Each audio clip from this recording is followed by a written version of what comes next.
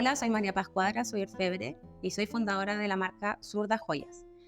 Me especializo en el trabajo con metales nobles como el oro y la plata y los combino con materiales no tradicionales como el carbón de la Patagonia y la sal del desierto. En esta oportunidad les voy a mostrar una técnica tradicional de orfebrería o del trabajo con metales que se llama chapeado.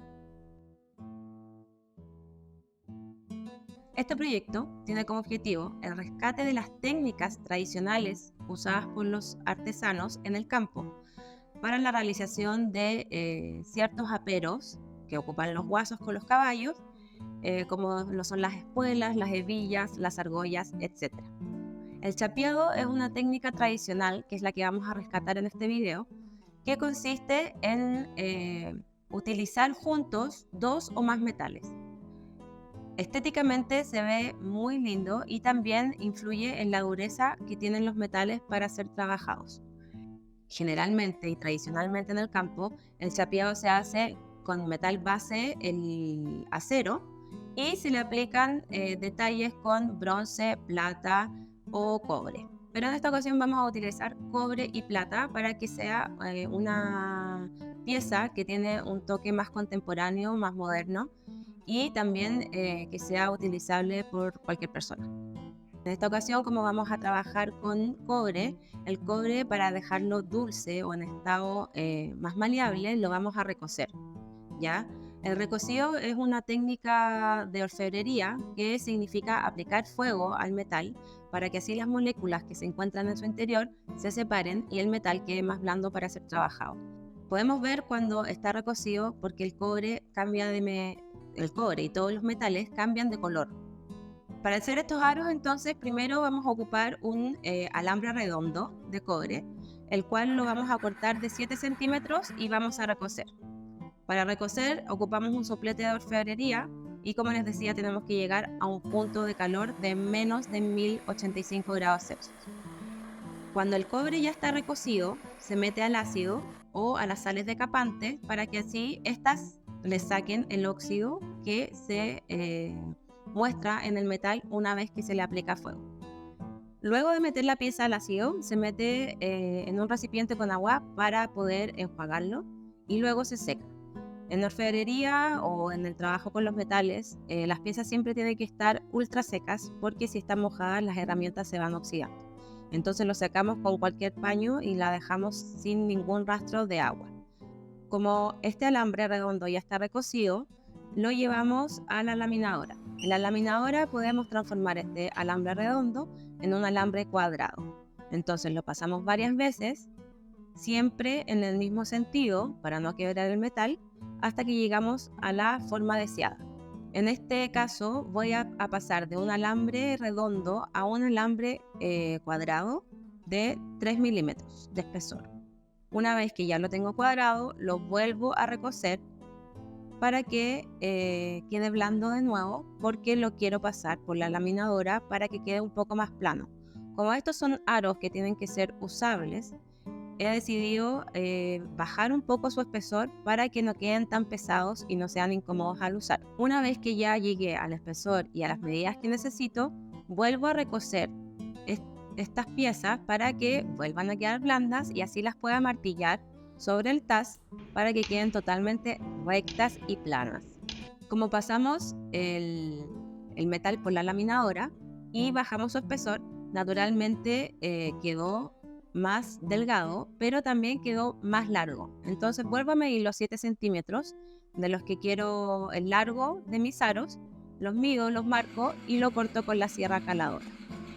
Una vez que los 7 centímetros ya están cortados y tengo la pieza de la longitud que necesito, le limo las puntas para que queden totalmente planas. Luego que la pieza está lista, derecha, plana y con las puntas limadas, marco donde quiero que vayan las rayas, en este caso decorativas de metal plata. Tradicionalmente en el campo, en la técnica del chapeado, las piezas donde se unen metales como el acero, con el bronce, con el cobre y con la plata, tienen muchas más decoraciones, pero en este caso, en este proyecto, como queremos agarrar una técnica tradicional y contemporarizarla y ocupar estéticas un poco más actuales, decidí minimizar el diseño y hacer solamente líneas. Entonces, marco las líneas con un plumón y luego las marco más profundamente con la sierra caladora. Una vez que las líneas están marcadas con la sierra caladora, es hora de ocupar la lima triangular. La lima triangular tiene un ángulo que es el que yo voy a ocupar para sacar el metal donde tengo la línea marcada y así que quede una línea de bajo relieve en el aro. Una vez que ya marqué las líneas perfectamente en la pieza, me tengo que fijar que la línea del bajo relieve llegue a menos de la mitad del espesor de la pieza. Si me paso y hago la línea demasiado profunda, la pieza puede quedar débil y se puede quebrar. Igual estas líneas tienen que tener una profundidad muy calculada y un ancho calculado también para que la cantidad de metal plata que yo ponga en ellas sea capaz de cubrir toda la superficie. Antes de aplicar la plata, que va a hacer efectos decorativos en esta pieza, tengo que soldar el palito del aro.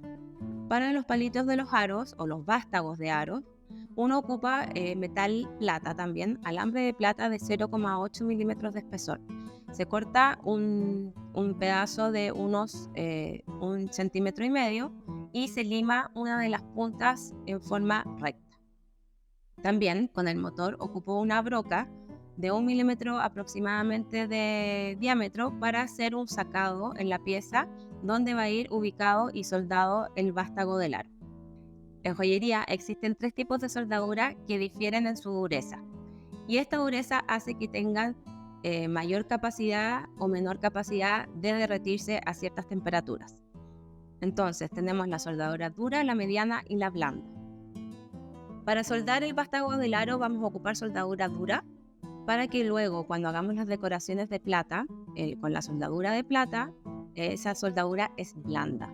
Entonces se va a derretir a una temperatura menor que la de soldadura dura.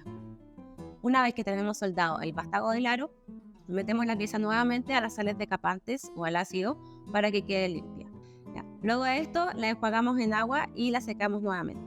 Ahora nuestro aro está listo para hacer las decoraciones de plata con la técnica del chapeado. Entonces, como les dije anteriormente, para hacer esta técnica vamos a ocupar soldadura blanda. Entonces, corto pedazos de soldadura blanda del mismo o más longitud de las rayas de mi pieza. Luego aplico fundente y posiciono cada pedazo de soldadura en el lugar que va. Luego, cuando ya tenemos puesto el fundente en la pieza y tenemos la soldadura posicionada donde queremos que se derrite, prendemos el soplete y empezamos a calentar la pieza. Empezamos a calentar la pieza por alrededor de la pieza y no directamente hacia la soldadura, porque si la soldadura se quema, no se derrite y nos arruina la pieza. Luego de un rato calentando la pieza, vemos como la soldadura blanda se derrite sobre la pieza de cobre. Queda muy manchado, pero luego lo vamos a sacar con un limatón.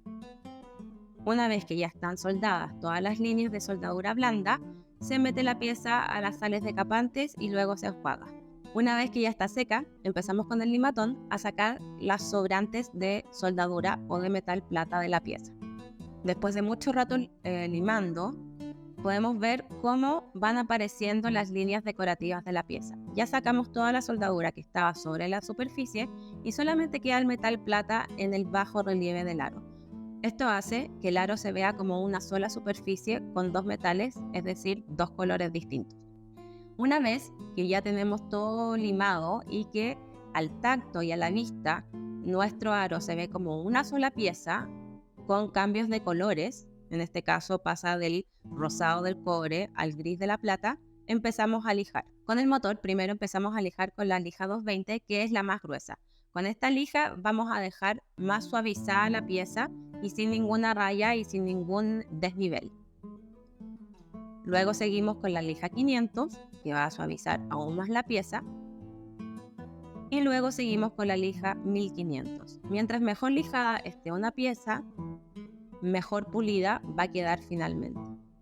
Luego, como último paso, ponemos un pañete suave en el motor y lo llenamos con cera verde de pulido. Con esta cera y este pañete vamos a pulir el aro para que quede brillante. Una vez que quedó brillante el aro, queda con algunas manchas de cera y estas manchas se sacan con agua hirviendo y jabón antigrasa. Después de unos minutos dentro de esta solución de agua con jabón antigrasa, con un cepillo de dientes suave o una escobilla suave, sacamos los restos de grasa que quedan en la pieza. Luego se enjuaga con agua fría y lo secamos. Como ven, en esta pieza que ya está pulida, está brillante, se nota mucho mejor el cambio de color en los metales. Acá podemos ver cómo se pasa de un alambre de cobre cualquiera redondo con cierto espesor a un aro cúbico, plano y liso con dos colores distintos. Bueno, y para cualquier pieza que quieran hacer ustedes y para el otro aro, por ejemplo, también tenemos que repetir todo el proceso que ya vimos. Con esta técnica del chapeado se pueden hacer distintos tipos de piezas, como por ejemplo aros, anillos, collares, etc. Espero que les haya servido este pequeño tutorial de la técnica del chapeado y lo puedan aplicar a sus propias piezas. Quería agradecer a todos los artesanos que nos ayudaron y fueron tan generosos para este proyecto. Fueron generosos con sus conocimientos y su tiempo y nos enseñaron estas técnicas que son tan valiosas para nuestra cultura. En especial a Kevin Soto, que fue quien me enseñó esta técnica tan linda del chapeado. Pueden visitar aperosurbanos.cl y seguir conociendo más sobre estas técnicas tradicionales del campo chileno.